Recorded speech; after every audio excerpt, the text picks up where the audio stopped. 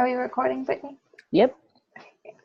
We are here. We are here. We are queer, and we are doing a webinar. Hello, everyone. My name is Brittany Nesbitt. I'm the Southern Equality Fund coordinator. Just want to say thank y'all so much for joining us tonight for our grant writing Kickstarter webinar. And just want to start off a little bit. We're telling you about CSE. Then we'll go through our agenda and do some introductions, and then we'll get into the meat of today's meeting. If you're here, hopefully you know a little bit about the Campaign for Southern Equality, but for those who are new, the Campaign for Southern Equality is a nonprofit LGBTQ advocacy organization. We're based in Asheville, North Carolina, but we work across the South to help organizers build up LGBTQ equality across the South. And one way that we do that is by giving away 10% of our budget through the Southern Equality Fund, which is our grassroots grant making body, which allows us to give grants up to $500 to individual organizers across the South. Grassroots leaders who may not have a 501c3, who are just getting started, trying some things out. That's why we do this work, so that we can continue to put the funds in the money of the people who are on the ground. And so in the hands of the people who are on the ground, excuse me. And we'll be talking more about that later. But just want to make sure that everyone knows about that. And 9 times out of 10, if you're on this call, you are able to apply. So be on the lookout for more links and stuff like that to come. Chloe Stuber is our moderator. She'll be saying a little bit about herself soon. Chloe, did you want to pop up before we go to our next panelist slide? Or just say a little bit? Or just say a little bit? Oh. Hi, everyone. My name is Chloe Stuber. My pronouns are she, her, hers. I'm excited to be doing this webinar tonight, and I'm excited for the conversation. This is a long time coming, a lot of requests for this support. We've been providing it on an individual level for quite some time, so I'm excited to bring it to the webinar space and expand the group of folks that are getting a chance to talk through some of these challenging questions about grant writing. Woohoo! Thank you. All right, so going over the agenda, we talked about CSC, the Southern Equality Fund. We're going to introduce our other panelists for tonight. There's some housekeeping we want to go over, and then we're going to have a poll just to get interactive and hear from the people who we have on the call to see where they're at with grant writing and in their process. And we'll also be doing a panel discussion where Chloe, our moderator, will be asking our panelists a few questions. And in between those questions, we'll have time for you all, the participants, to chime in to see if there's something you want to add or if something you want to have a question about.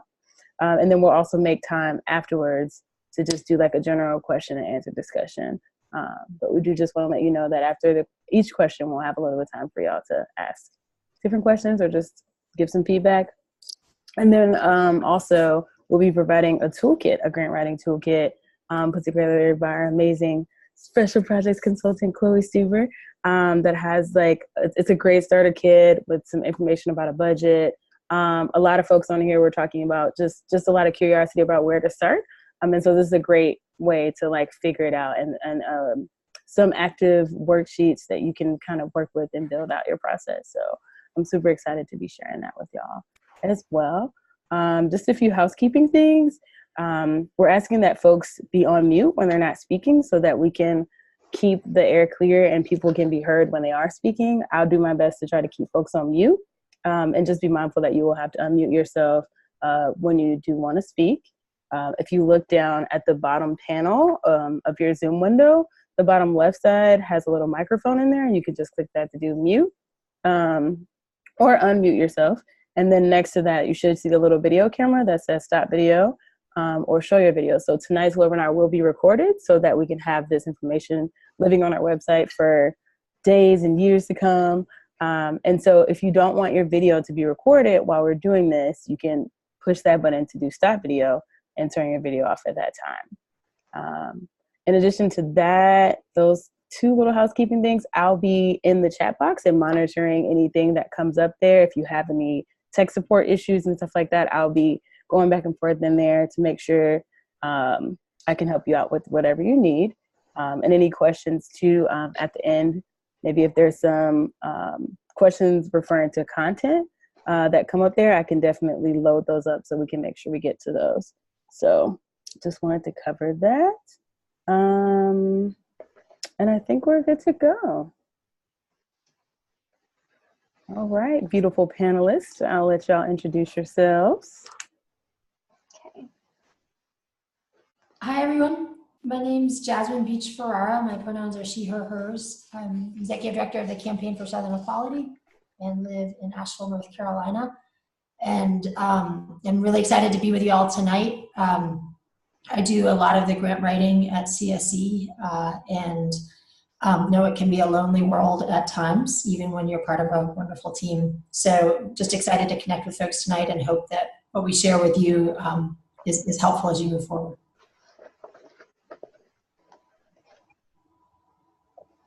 Hey y'all, my name is Micah, Micah Blaze. I am one of the development coordinators with Southerners on New Ground, which is a queer liberation organization that works across the Southern region.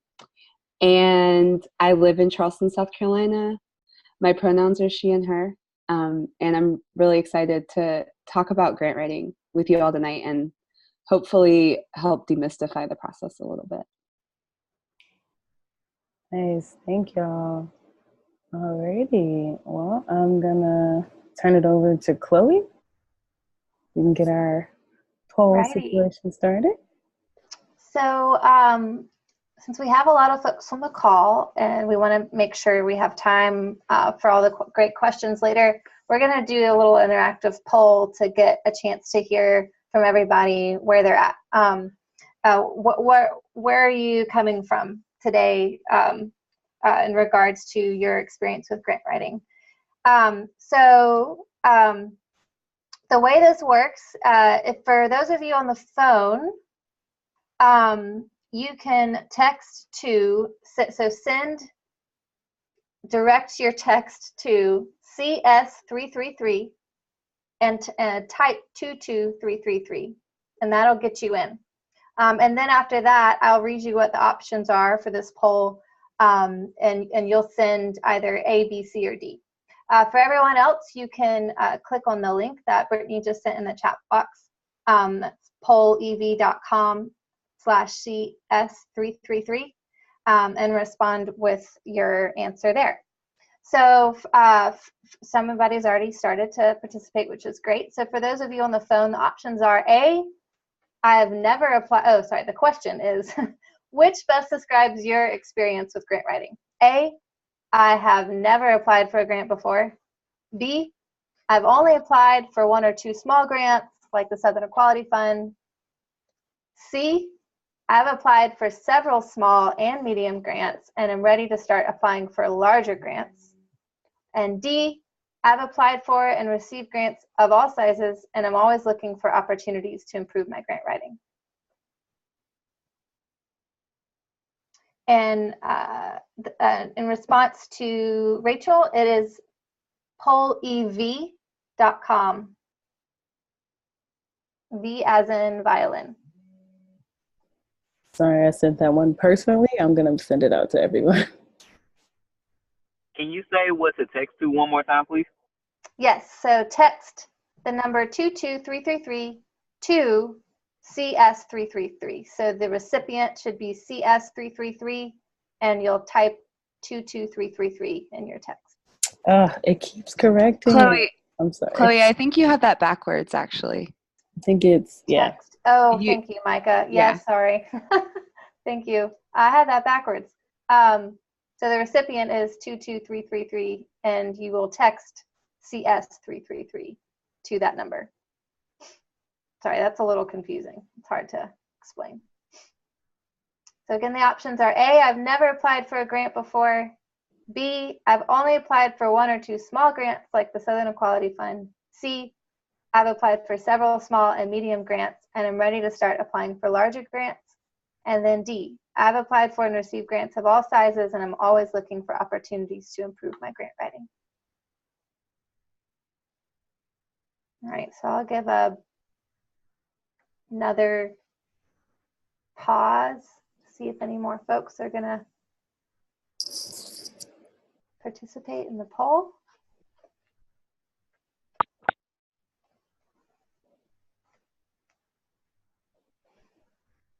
All right. So,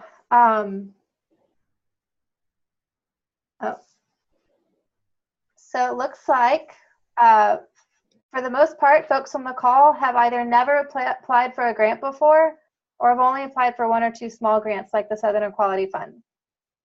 And then we have a little handful of folks who have applied for small and medium grants and want to start applying for larger grants.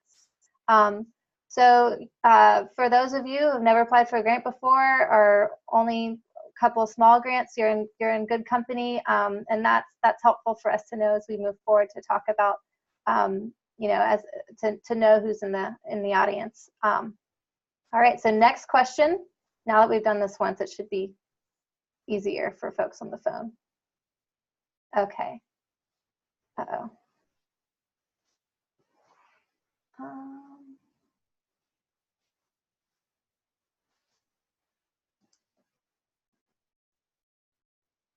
Might have to manually go. Okay. All right, next question. Which aspect of grant writing do you find the most challenging? A, finding the grants. B, the budgets and financial stuff. C, telling the story of your work. Or D, I don't even know where to start. Again, the question is, which aspect of grant writing do you find the most challenging? A, finding the grants. B, the budgets and financial stuff. C, telling the story of your work. And D, I don't even know where to start.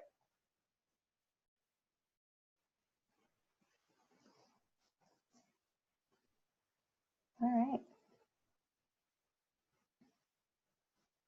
So for folks on the phone again, this is pretty cool. Almost half of the folks on the call don't even know where to start. So again, in good company, we've all been there. So it's fun to see. And then I would say the second most common is the budgets and financial stuff. Yeah, that's icky and annoying. Money is weird. And then the last part, you have a handful of people just finding the grants and then telling the story of our work. All right.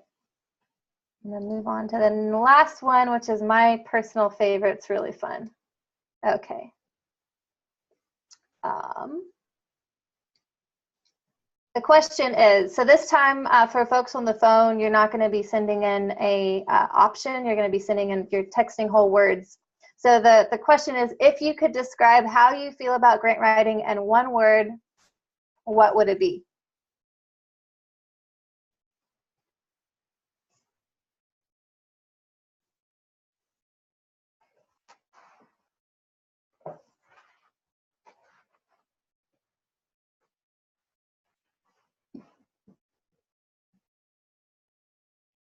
So for folks on the phone, I'm going to start reading out some of these.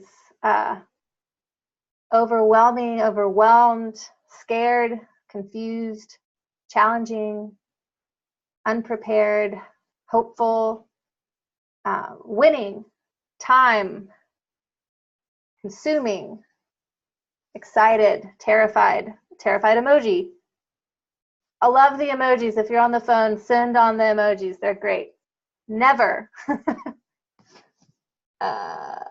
Mystified. Some more. Oh yeah. What is that? A nerdy emoji? Harry Potter emoji? Chloe emoji? I don't know. It looks like a brain explosion emoji brain here. Explosion emoji. Monkey covering their eyes. All of the above. Someone's excited. Someone's feeling goofy, I think. Yeah. Cool. So, oh, a couple, oh, not the cute poop emoji. I still don't know how I feel about that. Like, why is the poop smiling? I who never knows? got that. I never got, but it's so popular. All right. So this is really fun, and these results will get saved, and we can share them out with the rest of the group afterward on the email threads so that everybody can see these. So yeah, all of the above: overwhelmed, exciting, mystified, scared, challenging, confused. All of those, we've all felt those. Well, I can't speak for everybody, but speaking of people's experiences, honest experiences with grant writing, this last slide is I've had the pleasure of working alongside of folks applying for grants for the first time, other LGBTQ grassroots organizers, and these are some of my favorite quotes in relation to grant writing and working with funders. So the first one,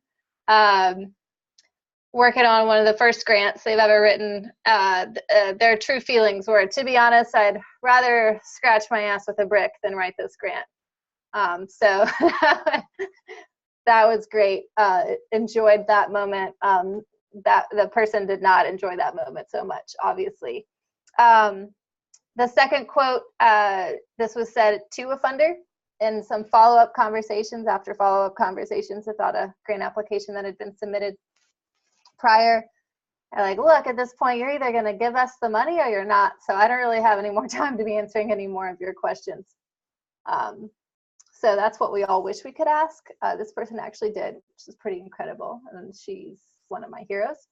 And then the last is also a question directed to a funder prior to submitting a grant application.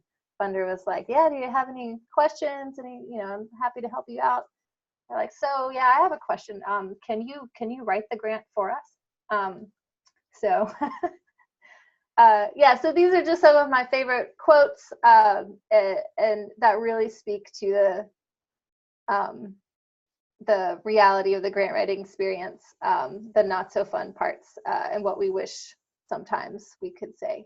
And so without further ado, I'm going to bring in invite the panelists to share about their grant writing experiences. And as Brittany said before, we'll have time in between questions. So if y'all have additional comments to add, additional experiences that you feel like are important to share, or additional questions to jump off of the conversation for the panelists, then I'll pause and invite folks to participate if they want after each question. And all right, so I'm going to stop sharing. All right.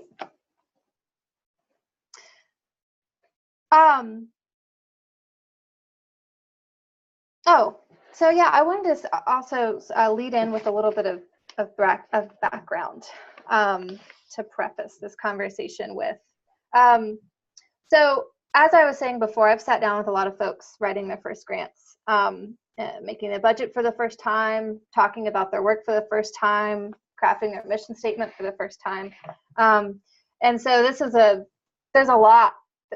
There's a lot a lot of hoops to jump through, a lot of first things to consider, and that's a really intimidating and overwhelming process. And so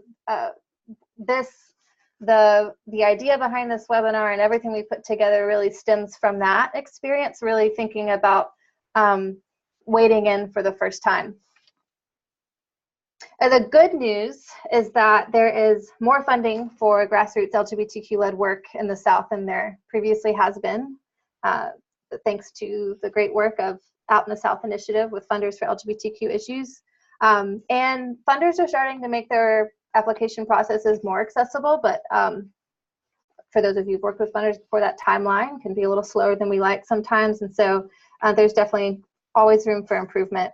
And just the nature of the grant writing world in general is not really, it's just not designed to be responsive to the reality of grassroots work.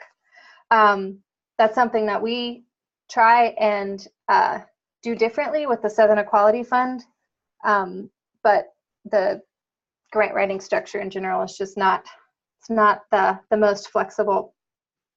not great at meeting folks where they are. And something that we've talked about in the conversations leading up to this webinar is that, and something that we just wanted to name, is that when you take that first step to apply for your first grant to fund your work, you are opting into a system that's inherently problematic. It's made possible by exploitation of workers, and also a lot of the funding that's out there is made possible because of legacy of slavery. And so just something we want to name, that it's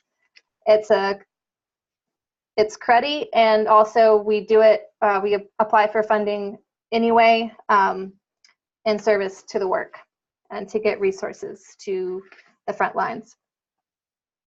And so, yeah, those are just some thoughts I wanted to start off with to open up the conversation. And was hoping that since a lot of us on the call shared that as far as the most challenging part about grant writing is just not even knowing where to start. I wanted to invite Micah and Jasmine to both share about what is that,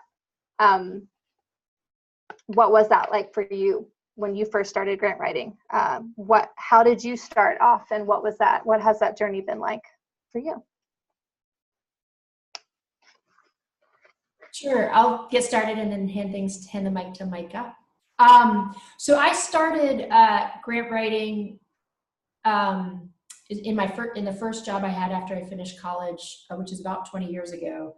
And it basically was handed to me as an assignment, and I had really no idea where to start or what to do, and kind of learned by doing. More specifically with the Campaign for Southern Equality, we launched our work in 2011. So the experience of grant writing around LGBTQ work in the South, I think, is really specific and presents both interesting opportunities, but also some really specific challenges. And,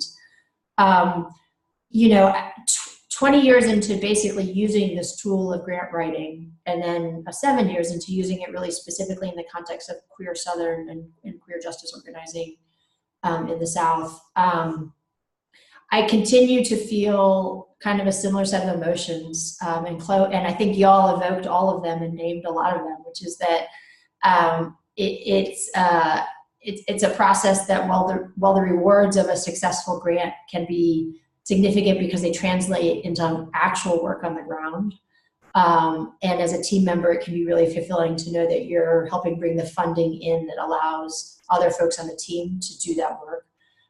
It's also, really challenging and at times very frustrating. And as Chloe mentioned, I think two things are really true: that the landscape and climate is better than it's ever been in history right now in terms of grassroots organizing in the South specifically. And it's also still a really challenging landscape to navigate. So I think our hope is that our hope is that some of the things we say tonight will help you feel ready to pick up this tool in new ways, and help you know that you're not alone as you're navigating a system that at times feels not at all intuitive and fairly confusing, and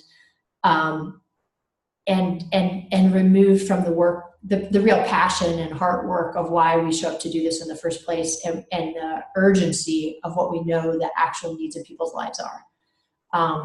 So those are some general sort of things to put on to help set the table as we get started. And Mike, I'll turn things over to you.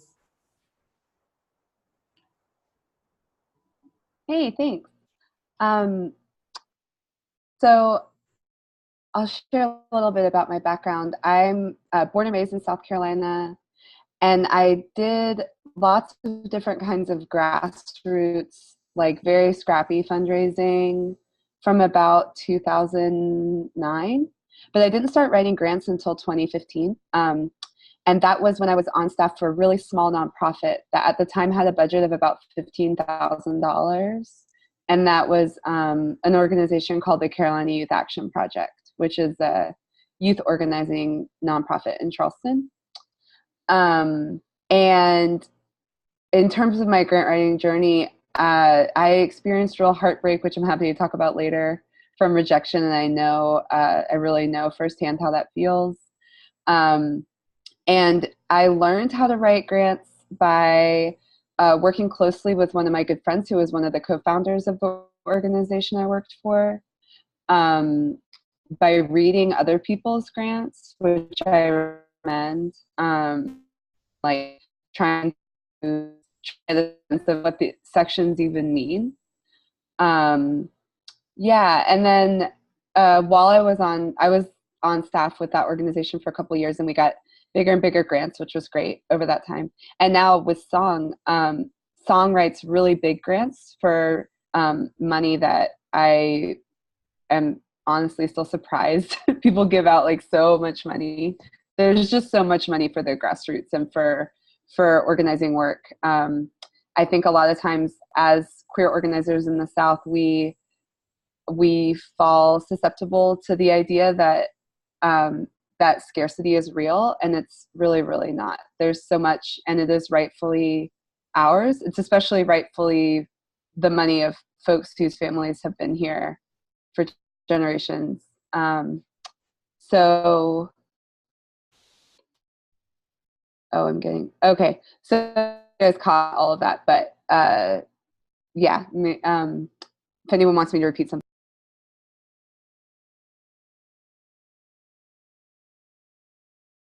Thanks, Gail, for sharing about your initial journey, your first days in grant writing, and how you got to where you are today. Does anybody on the call have any comments that they want to share or questions to follow up with anything that Micah or Jasmine just talked about, or anything that I said before?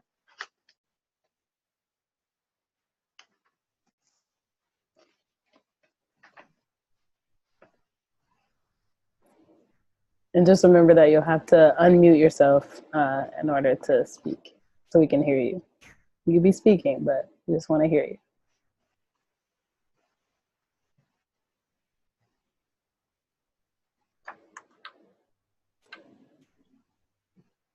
So how much money is available for formerly incarcerated LGBTQ people?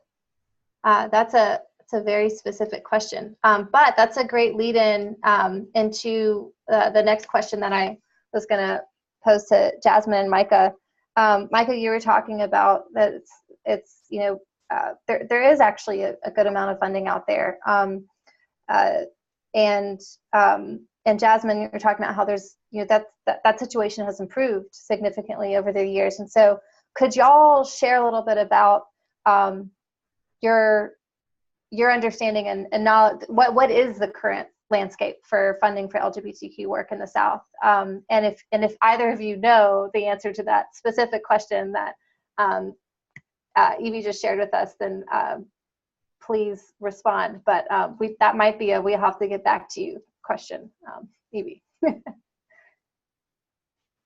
Sure, we'll go in the same order again. I can share a little bit of data to help start the conversation. When we launched our work in 2011, less than about 3% of all national LGBTQ foundation funding was coming into the South. And since that time, and Chloe alluded to some of the sort of reasons and players and how this has happened, since that time, that percentage has increased to 25%, which means that 25% of foundation dollars that are defined as LGBTQ funds nationally are moving into the South. We know, of course, that more than a third of all LGBTQ folks in the country live in the South, so we're not quite seeing parity on that front. And it's interesting, as you drill down on that numbers, we also see that the most significant amount of that funding goes into large metro areas and to organizations that are established and have fairly long lifespans as organizations. So I think, there's good news, and there's still a lot of important work to do on creating the pathways, the pipelines to ensure that that more money is coming to the South. B, that more funders who are based in the South, who may not identify as queer funders per se, not just begin to recognize that queer folks are part of the communities they're situated in, say as a community foundation, but start to prioritize supporting local queer work as part of their work. but also that we start to see more ways for money to move into. I'm particularly interested in how money and resources can move to people in the startup stage. When there's an individual or a team of folks who have an idea, they have a passion, they know the needs there, and you're trying to get that early sort of fuel in your tank to go from idea into action. And people are extraordinarily resourceful and scrappy about how to stretch a dollar. But I don't think we should have to be. I don't think organizers in the South should have to have that posture towards the work. So I think that there's still a lot of room to keep growing and figuring out ways to get money into more pockets of the South. And it's been exciting, I'd say, in the last 2 to 3 years to start to see some specific national funding coming into the South that is focused on supporting the leadership of Black and Brown folks, trans and gender non-binary folks specifically, and folks who are queer folks who are experiencing HIV or doing work on HIV/AIDS. So we've seen some funding that's being released into the region that's sort of focused on specific communities as well, and in really important and exciting ways. And Mike, I'll turn things over to you to share what you're seeing. Hey, thanks, Jasmine. I wanted to respond to a couple of the questions in the search box, but I want to ask Chloe, do you want us to wait until later? Well, if you have any thoughts to add about the funding landscape in the South, okay, and if you know funding sources for formerly incarcerated LGBTQ people, okay. But then I'll segue after that into the questions that Andrea posed. Okay, great. Evie, I just posted a link for you. There's an organization called the Criminal Justice Initiative. They're actually in the Bay Area, but they focus their funding for folks who are formerly incarcerated or impacted by incarceration. And they're willing to take risks on small organizations in the South. I really admire them. So it's a good resource. Yeah, I just have a little to add to what Jasmine said. I want to direct y'all to funders for LGBTQ issues. I don't know if y'all are familiar with them, but that's maybe the research that Jasmine was referencing. But they do a lot of research around, funding for LGBTQ folks, and specifically in the South too. And I think that's really useful in getting a sense of the region and how it's changed. And Jasmine mentioned that most of the money goes to big metro areas. And I just want to share a story. I was on a call with a big national LGBTQ funder recently, who was excited to explain to Song that they were now going to be moving funding specifically to the South, whereas before they didn't have a regional strategy here. But when they explained it, they told us that they were going to be funding North Carolina, Georgia, and Florida, by which they really meant Durham, Atlanta, and Miami. And so I think part of the work of larger organizations that are doing that are getting grants and having those conversations is to push funders to give to South Carolina, Mississippi, and rural places across the South. And I think that's all I have to add on the landscape. I just want to say that it really is possible to get the money, and relationships, I think, are most important, and I'll talk about that more later. And also in the toolkit that we'll go over later, there's a long list of the top 25 funders that LGBTQ funders for LGBTQ issues listed in 2012 for national funders for LGBTQ work in the South, and then a recent update, the top 10 funders, update from last year, I believe, and then there's some additional funding sources that we've found when connecting people with other small grassroots funds that are similar to Southern Equality Funders or fund similar work. So that's in the toolkit as well, which you can look forward to.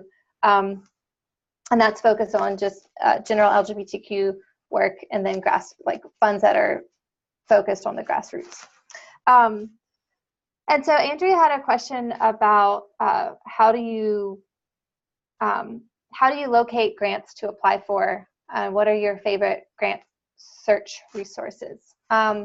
Before I pass that over to Micah and Jasmine to start answering, I just wanted to share something that we talked about in our conversations planning for this, is that kind of a step even prior to searching for the grants is having clearly defined your work. And so that's something that's in the toolkit as well, is a worksheet for before you even begin the search process. To know what to look for, you got to make sure that your work is clearly defined. And so just wanted to put that out there, and we can circle back to that later if y'all want to talk about that more and get some tips or get some ideas for that. But that's just something to keep in mind. So so Micah, Jasmine, how do you look for grants, and what are your favorite grant search tools? Great question. We don't subscribe to any of the large databases of funders. The Foundation Center is one of the larger databases that exists, where you can do fairly in-depth research about foundations and their giving histories, et cetera, et cetera. They have some of their information available for free, and then there's subscription-based services, and we have never invested in that. And but that doesn't mean it's not a good strategy. The experience we've had as a org that was a startup in 11 and has sort of steadily grown since then has been that there's actually been a small and growing cohort of funders who would respond to a request around queer work in the South. And the resources and the research on the LGBTQ funders site is a great place to start with identifying who those funders are. And then basically I will visit their websites regularly to look for updates in terms of whether they have an open application process, meaning you can apply anytime at all, whether they have specific deadlines coming up or have opened up a specific round of funding, or sometimes they call it an RFP, a request for proposals.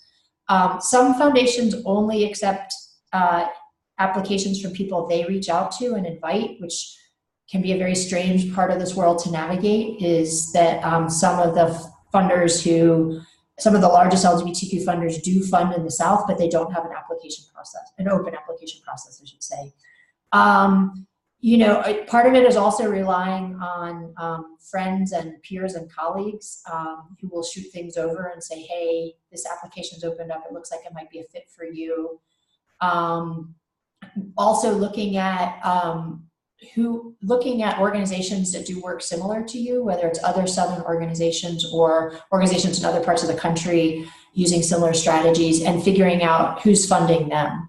That's another tool for kind of, my process at least is sort of get that list of funders where you think there might be a fit, and you always want to be trying to grow that list, of course, but you get that list and then you start following them, almost the way you'd follow someone on, follow something on social media.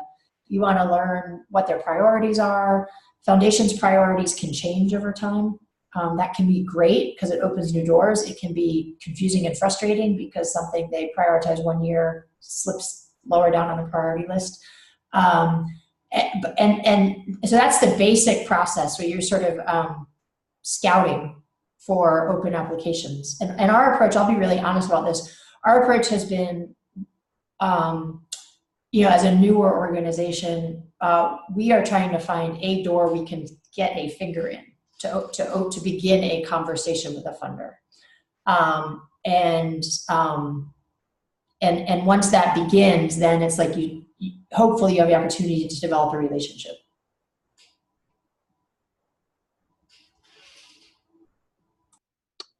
Yeah, I echo that advice, especially looking to organizations similar to yours and seeing who funds them.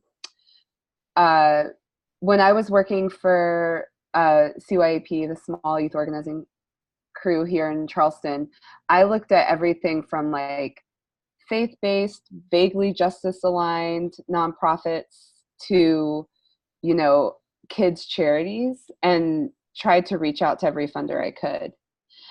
And I want to be honest, in the very early stages, it was difficult to get callbacks from local funders because folks didn't understand the work in our conservative environment. But something that I would really recommend is asking for an introduction to a funder from organizations that you're really politically aligned with. So, you know, if you guys work with, if you and your organization have like an organization that you roll really hard with, that you organize with, and maybe they have more funding than you, it's a good idea to ask a comrade at that organization who funds them, and can they please introduce you with the purpose of like getting your foot in the door. That has been a very successful strategy for most like really small nonprofits I know about. Yeah.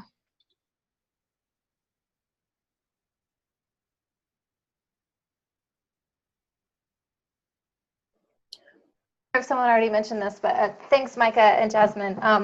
If someone already mentioned this, my apologies. But what Micah was just saying, I think is a good. It's not necessarily a search tool, but if you know of organizations that are doing similar work that you're doing, to look to find out who's funding them, just to start putting together a list of funders that might align with your work as well.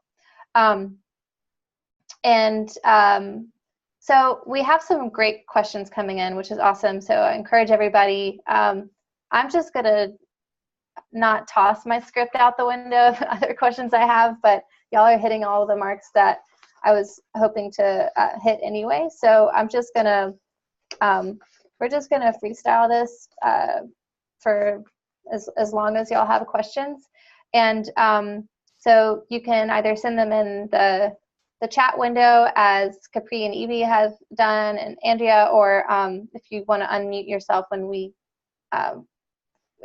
when I invite questions, feel free to speak up as well. So, for those of you on the phone, since you don't have the chat box option, I'll take regular pauses so that if you have questions, you can ask them as well. So the next question is from Capri was asking persuasive writing techniques. So how do you convince funders via writing to give you money? That's a great question. I think of it in two lanes. One is about telling a story and using the power of storytelling or narrative as a tool of persuasion. And being, so thinking about that as sort of, this is a silly analogy, but imagine yourself sort of a cook in the kitchen. That's kind of one ingredient that will go into a grant, is thinking about, is there a story that sort of powerfully and succinctly, and I say succinctly because most grants have either word or page limits. So every word is sort of the essence. So is there a story that kind of captures the essence of why you're doing what you're doing? That's one thing to think about. The other piece, I've for a number of years worked as a grant writing consultant, and my boss was a very experienced grant writer and sort of taught me this method that I consider another ingredient, which is that in talking with funders and telling you the story of your work to funders, and I'll say take this or leave this, but I'll share this with you. The first thing you want to do is demonstrate the need that you're responding to. That's not about your organization. It's about the people and communities that you are connected with. And demonstrating that need, you can use story to do that. You can use data to do that. You can use research and other kinds of evidence to do that. There may be some funders who understand the need, but a lot of the folks who fund this work don't live in the South, aren't from the South. And while they may know sort of broad brushstrokes about, they certainly know the issues about queer work nationally, knowing it in a Southern context really specific. So it's this progression of you start by painting a picture of the need, and then you introduce basically the strategies you've developed to respond to this need.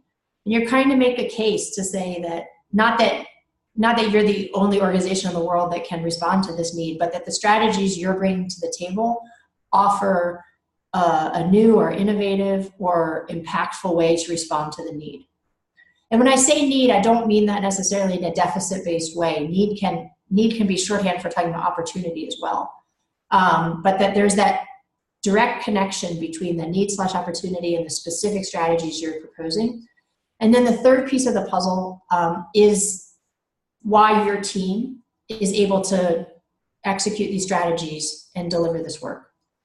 And I have found, I go back to those 4 elements, storytelling, and then the need, strategy, team, as the basic arc of almost every grant I write. There certainly are other ways to approach this, and as we'll talk about later, you will be asked more questions than just what's the need, what are you going to do, and who are you? I wish it were that simple. But I think of those as sort of the backbone of a grant.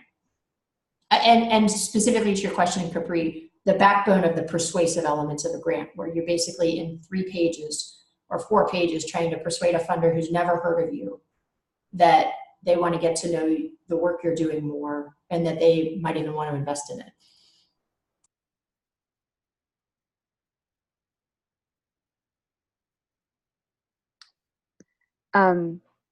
Yeah, I want to pick up on what you said about strategy. I know Chloe mentioned this earlier, but one thing I see folks struggling with a lot is just articulating how they do their work and how powerful their impact is.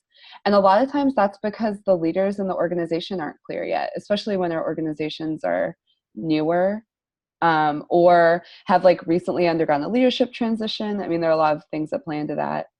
But I would recommend getting really clear with your people about what it is you do. Is it organizing? Is it service work? Is it both? You know, and how is it both? And to the story piece, thinking about some compelling stories that move y'all as leaders in the organization, and then figuring out how to message those for funders. And I also wanted to add a couple of things. After you figure out your strategy, the first thing I do is read the funder's website really deeply, read the request for proposals, which is the thing they send you saying that they're offering grants, and even write down the words they use the most and then use them. I do that all the time. Because what you're ultimately doing is you'll probably send the grant through to like a group of people who will read it, or maybe a program officer, but ultimately, usually they have to make the case to a board, and oftentimes the board is like really disconnected from the work on the ground. So you want to make sure that while you're articulating a strategy, you're also using words that they will understand and that they want to hear. So make sure to do that. And then also just a reminder that we're all doing funders a favor by doing this work, by writing grants and taking their money, because most of them are saving money by giving money. It's like protection for wealth. Don't forget that. And also, funders want to look cool. They want to feel like they're on the cutting edge of giving. And LGBTQ people in the South are cool. So just remember that and approach it that way. And in terms of like persuading funders to give money, I have many times called people after a rejection and been like, let me tell you about exactly where we live and the work we're doing. And a couple of times it's worked, and we've gotten funding after I've argued with them. So if you have nothing to lose, you have nothing to lose, and you might as well.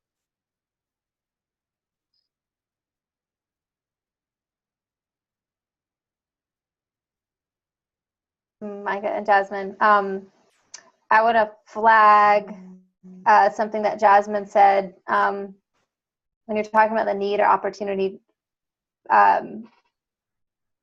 It's about the community need, not the organization need.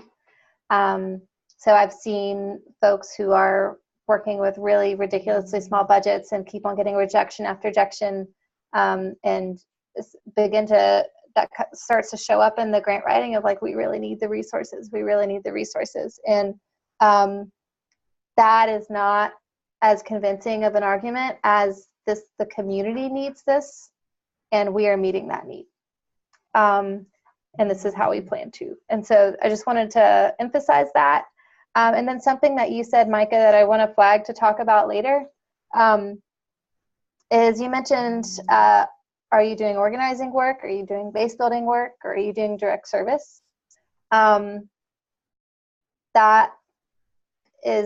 That's a lot of nuance. And then maybe folks can indicate by using the chat box if that's something that they want to talk about more. But I know that I'm confused by that, and I'm frustrated by that often. And so if there's other folks that want to touch on that as well later, then I wanted to bookmark that for later discussion. So thank you both. Awesome. And yes, queer Southern grassroots organizers are really cool. And funders are lucky to have us. Very lucky to have us. It's like, just don't want us to be operating from that place of like deficit, kind of what Jasmine said earlier, and understanding like we are doing them a favor. And it's also an invitation for them to get down with the work that we view as important. The story, the need for the community that we're working hard to service, like this is an opportunity for them to get down with it. If they're not down with it, they need to figure out how they can. And then other people be looking at them like, so why are you not doing this work? Like, make them question that. So I'm super pumped about that. So thank you. Awesome. So Evie had another question that is great. And I think we started to touch on this earlier, but there's a lot of funders that do what's called invite only. So they don't accept, it'll say like, we don't accept unsolicited proposals, invite only. So that just means that they ask you to submit a proposal. You can't just send them a proposal, or they won't review it. And you have to wait to be asked before you can apply. And so how do you get asked to apply to those types of funders? Any success stories, Micah and Jasmine? Great question. I can think of one success story, and I can think of several stories that haven't been successful or haven't been successful yet, but I'll tell you a few things that we continue to try. In one that has been successful, a member of our board had a relationship with someone who had a connection to a foundation that only accepts via invitation. So it was what Micah described. It was a version of what Micah described, basically, sort of really trying to map who's connected to your organization and who do they have relationships with. And it was having someone basically vouch for us that led to an initial conversation. And in that conversation, it was an in-person meeting, and it was really clear to me that we were being sort of skeptically vetted, for lack of a better way to put it. And I think that's sort of a piece that, I don't know if there'll be time tonight, but it's just sort of thinking about like, how do you like take care of yourself and like be really authentic to the work you're doing in these moments when like you're kind of auditioning in a sense to see if you can persuade someone in a 30-minute coffee meeting that they want to invite you to submit a grant so they might consider funding you at some point. There's a lot of performance and theatrics involved in all this, and we don't always talk about that piece of it. So in that instance, a personal endorsement led to a meeting, which led to an invitation to apply at a low level, at sort of the smallest level grant that funder offered. And that has led to building a multi-year relationship where that I think we can now be a lot more honest and candid with them, and the funding level has grown. There are a group of national LGBTQ funders who only who don't have open application processes, and we have not. 7 years in, there's several we have not been able to move the needle with yet. And in those cases, I use every tool I can think of which means sometimes we will actually mail them things even though they say don't mail us things.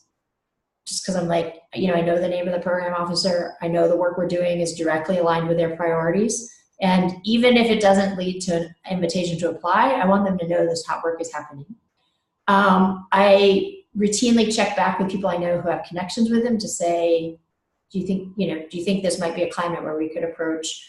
If folks do go to any of the national conferences, whether it's a LGBTQ conference like Creating Change or a conference like Facing Race, and I say that with understanding how much money it costs to do that. Like when we first launched, we didn't have the money to go to the conferences.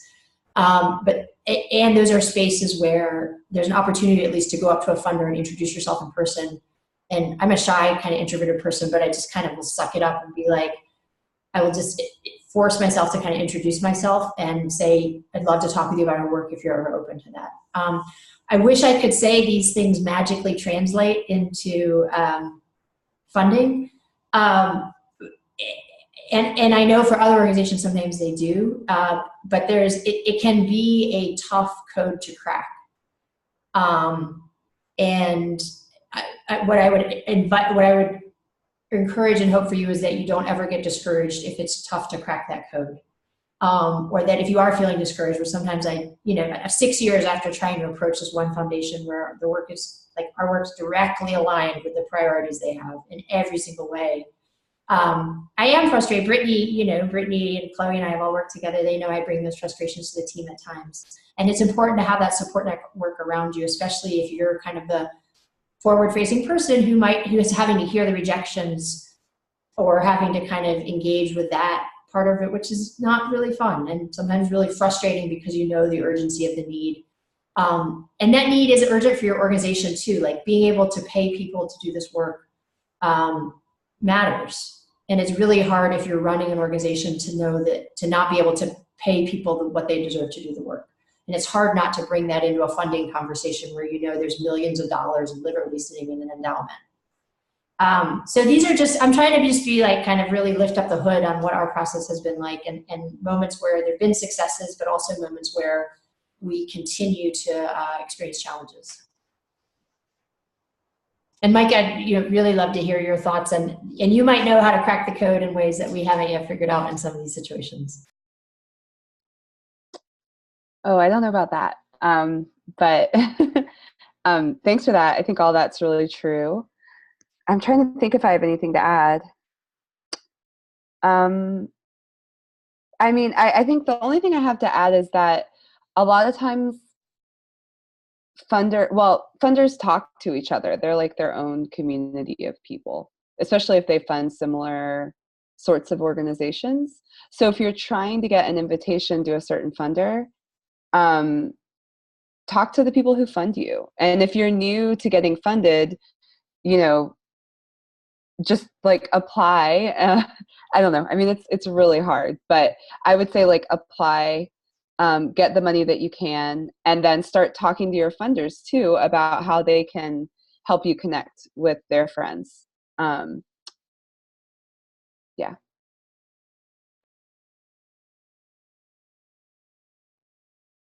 Thank you both.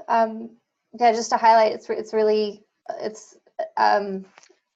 grant writing is a lot about relationship building for when you're looking for grants, when you're trying to get the invitation to apply, when you've already gotten the grant, even if you've been rejected, it's still about relationship building, following up afterward. It's a long-term relationship, and so it's getting to those folks. Getting that first grant is just a lot about making those connections and doing the networking.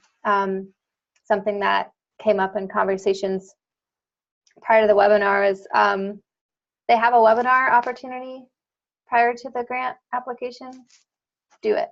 Do they have a social media account? Follow them. Any kind of opportunity to make contact, make contact. And so, and then also just to offer up, if you haven't gotten a grant before, you've only been funded through the Southern Equality Fund, and you don't know how to connect with different funders. If that's something that CSE is we're happy to help make introductions and connect folks. That's one of the things that we're here for. So just keep that in mind, assuming that we know the funder.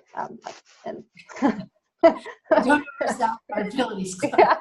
So yeah, only if we know. If we don't know them, we're not going to be much help to you. You can join us with trying to find a way. And then also, I did want to clarify, Jazz. I had a clarification question for something that you said. Yeah.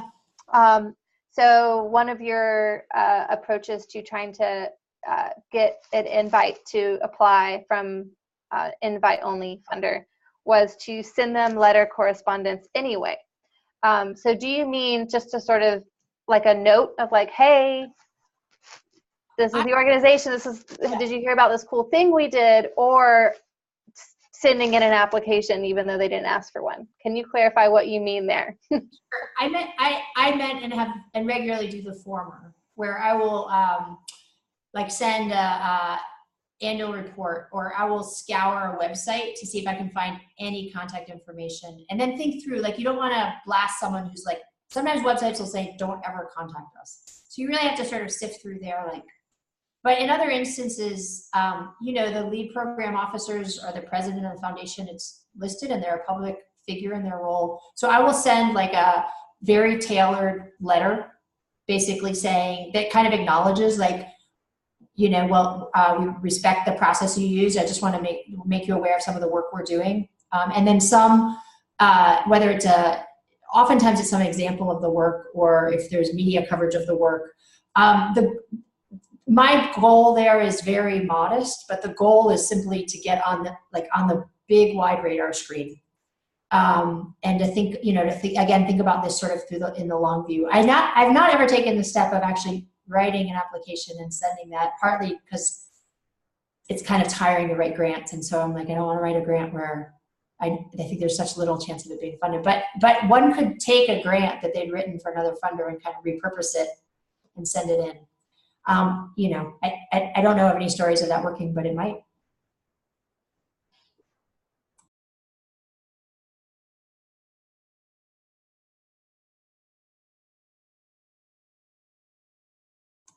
Chloe, you're muted, Chloe.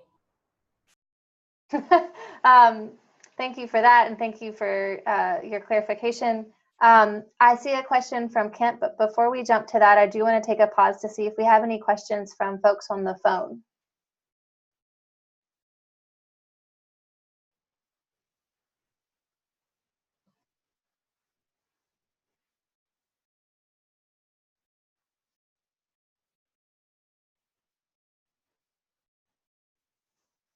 All right, 10 more seconds of pause.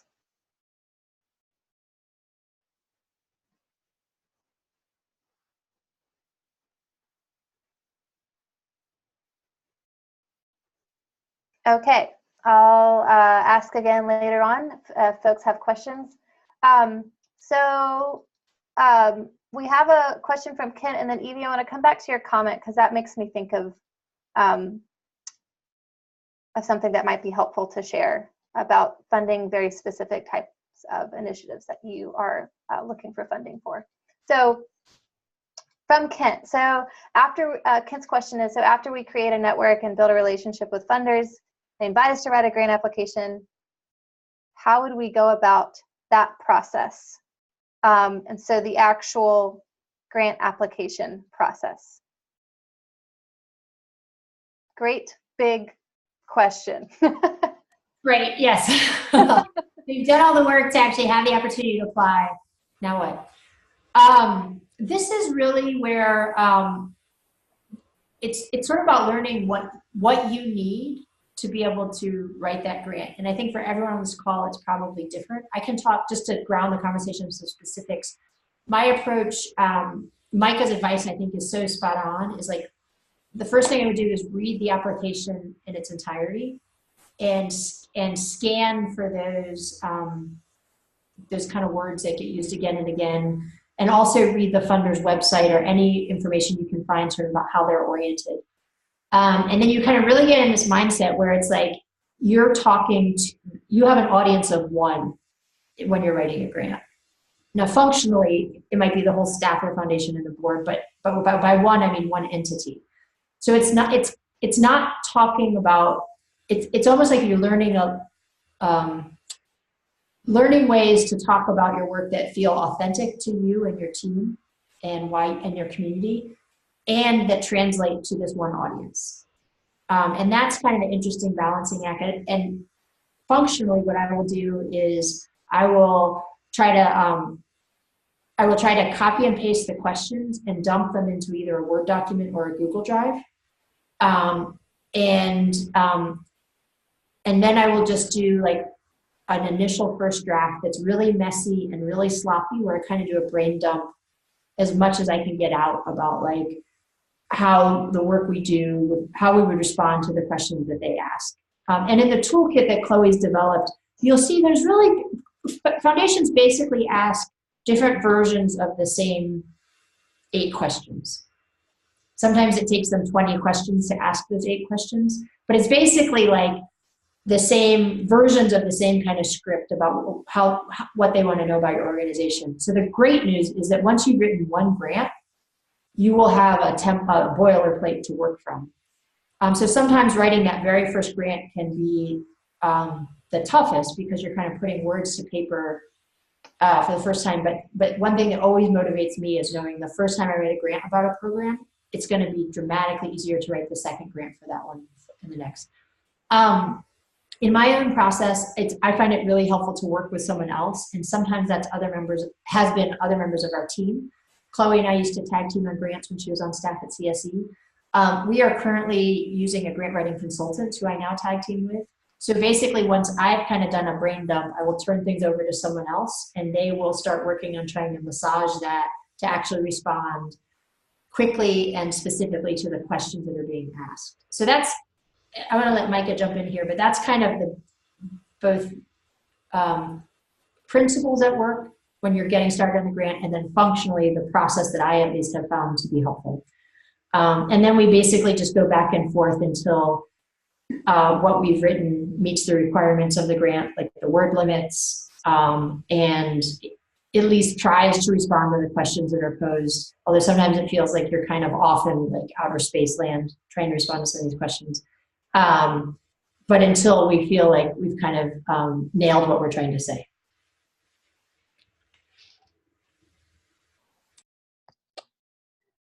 Yeah, I would say if you're new to writing grants, and so is your organization, like if you don't have someone in your midst that's done it a bunch, find a friend who has, or a mentor.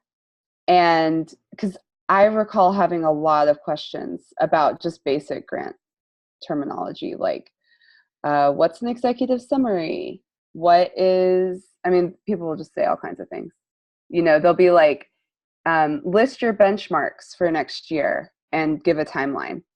And so and you can Google it all you want and may not come up with anything. So I'd recommend, finding a mentor or a friend who's done it before, and just asking them those questions and working with it. I think grant writing apprenticeship is the best way to go if you really want to get good at it. And I see the question about standard structure.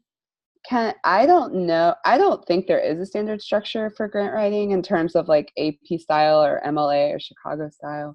A lot of times we're not like necessarily citing research, so you don't have to worry about stuff like that.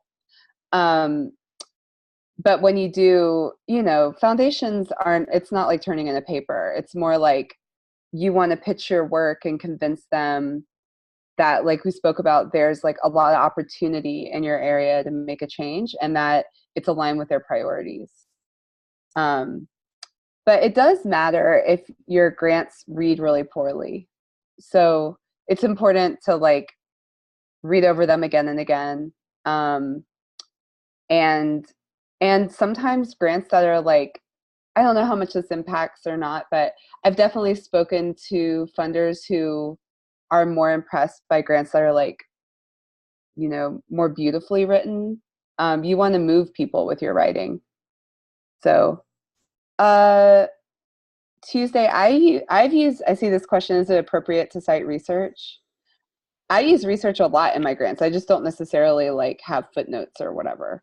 So I might say, like, if I'm writing to a funder in New York City, I might cite the research that Jasmine was talking about earlier. You know, according to like funders for LGBTQ issues, this % of people in this region are funded, and you know that's a problem.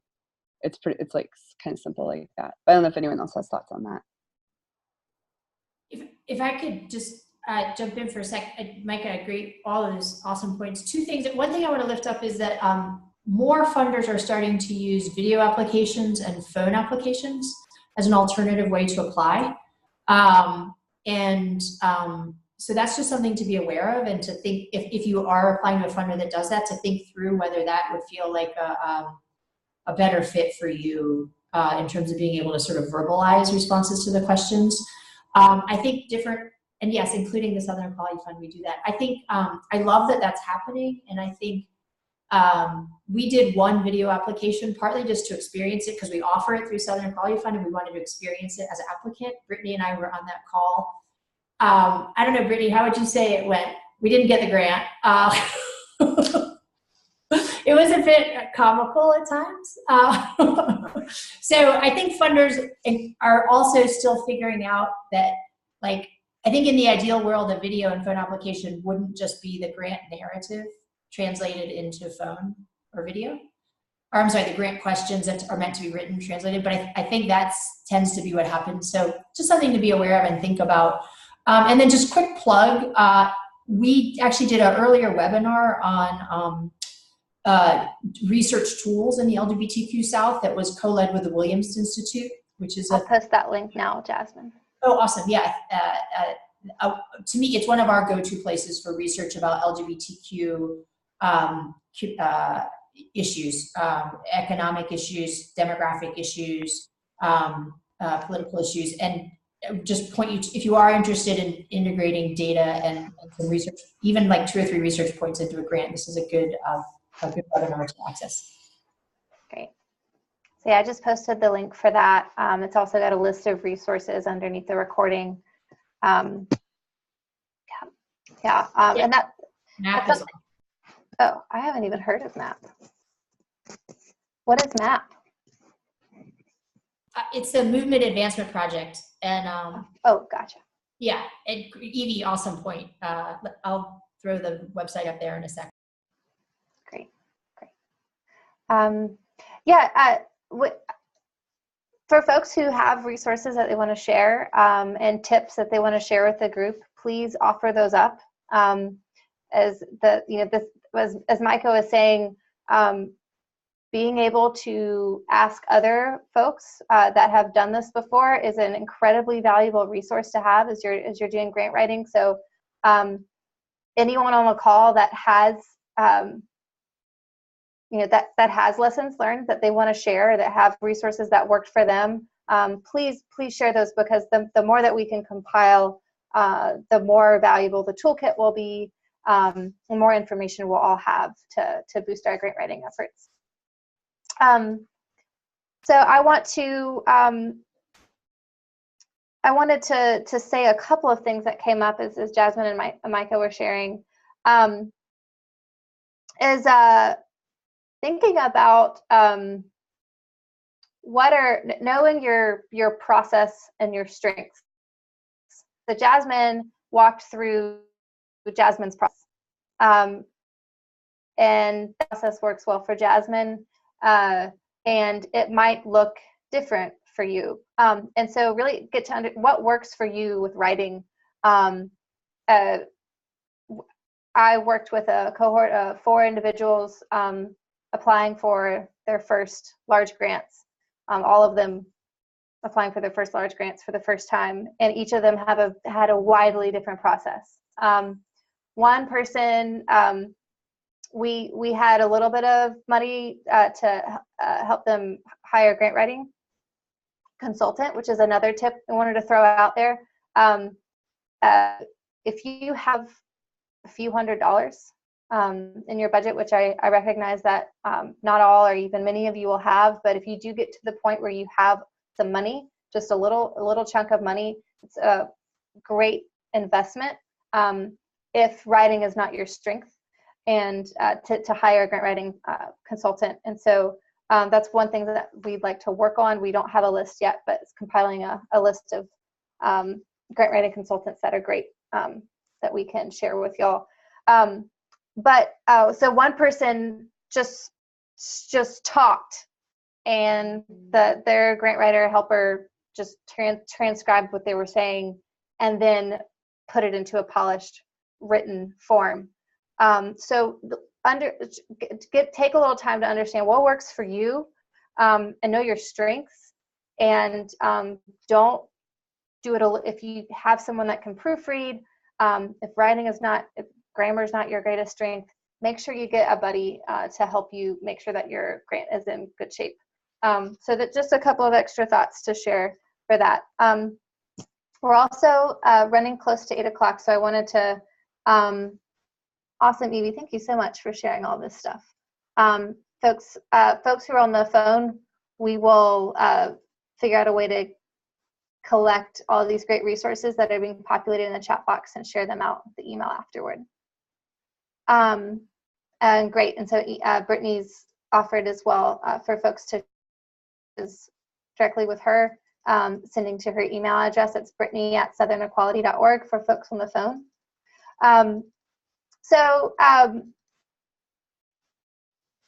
A couple of things I want to jump to. We had a couple of questions that I don't think we're going to get a chance to go into in too much depth. But Evie, earlier you asked about, you're saying that incarcerated LGBTQI people disproportionately experience sexual violence in prison and jails. So if you hear of anything, please let me know. So what I'm hearing you ask is funding for that specific type of work. And so what if there's not a funder that funds exactly that their priorities don't spell out exactly the work that you're doing, but are there parts of your work that align with a funder? And then it turns to you to educate them in your grant writing proposal about how these other elements are important to this more broad goal that they've stated. So if it's criminal justice work, why should they be paying attention specifically to LGBTQI people within jails and in regards to sexual violence? So that's just one example, but and this is something that grant writers in the South struggle with, is trying to, not just in the South, but I think broadly, just in general, trying to educate funders who aren't funding specifically LGBTQ work to see that their priorities, whether it's anti-poverty work or criminal justice work, or whatever the issue is, that LGBTQ people are part of that too. And so LGBTQ work is criminal justice work, is anti-poverty work, is immigrant rights work, is all of the above. And so it does unfortunately fall to us as the grant writers to educate funders about that and to make those connections for them. And that's where the data is really important. And so absolutely cite research, know your community, come prepared with that information to not just tell the story from lived experience, but be able to back it up with data. And then I'll end my monologue here with a quote. One of my longtime mentors told me when I first started working in the realm of philanthropy. It was, once you know one funder, you know one funder. So an earlier question was, is there a standard format? We all wish there was just one form that we could submit. We could tell the story of our work once, put it out there in the world, and then funders would come to us, right, to say, look, your work aligns with what we're trying to do. Let's give you money. But unfortunately, that's not how it works. Everyone has a different process. There is a cohort that's trying to change that, but that's another story. But for the most part, all funders have a different process. They have a different decision-making process. They have a different application. They mean different things with different words, or the same words, different things. Some want to fund direct service. Some don't want to fund direct service. And so the burden falls to the grant writer to learn everything they can about that one particular funder. And then when they go to the next funder, forget everything that they learned about the last funder, because it's going to be entirely different with the next funder. And you have to do that whole learning process again. So that's what you want to hear probably, but that's what you can expect most of the, I would say the majority of the time.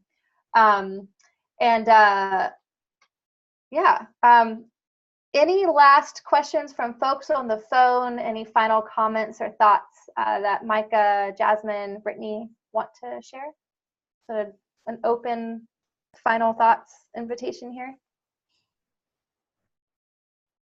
And one thing that I just want to applaud you all for participating in a webinar on grant writing. That says a lot about how motivated you are around this work. And one of the things that we see and try to create opportunities around is how folks who are asking similar questions in different parts of the South can be not just connected to each other, but a resource for each other. So it occurs to me that a lot of folks on this call are applying for a first or second grant, or as you all do, even though if we were to do a Venn diagram of everyone on this call trying to figure out their prospect list, meaning what foundations could they approach, there would be a lot of shared information.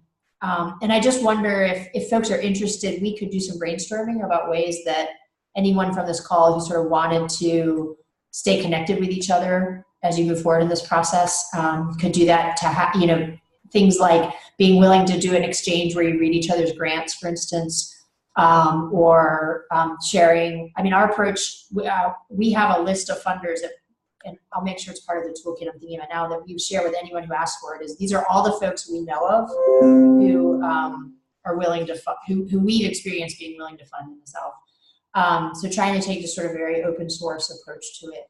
So if there's interest, and Chloe and Brittany, you're way better than I am at sort of translating idea into action and stuff like this, we can maybe figure out some ways to keep this crew connected, and just want to float that out there.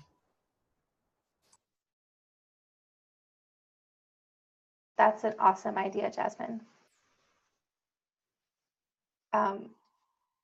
Maybe like a Facebook group or something like that, or some other method where we don't have to share everybody's email addresses. I'm sharing my screen here real quick just to wrap us up. This a preview of a toolkit that I threw together, just of documents that I've used in helping other folks write grants, put together to sorry, I'm scrolling a lot. I realize I was sharing my screen. Spastic scrolling. Okay. So there are 7 tools in here. The grant language prep worksheet, that's just, we recommend, if you've never applied for a grant before, just starting with this worksheet just to start defining your work for the first time, get it on paper. And that will also help in the grant search. There's a project planning worksheet that just breaks down some of the goals, objectives, activities, timeline, stuff like that, a little bit more in depth. As well as some budget templates, both for your annual operating budget, which you'll likely get asked for, and then a project-specific budget, which you'll likely get asked for, so a couple of templates for that. Funder prospecting worksheet, so what questions do you ask when you're looking for grants and when you're planning to apply for grants? A template for tracking the grants that you've applied to.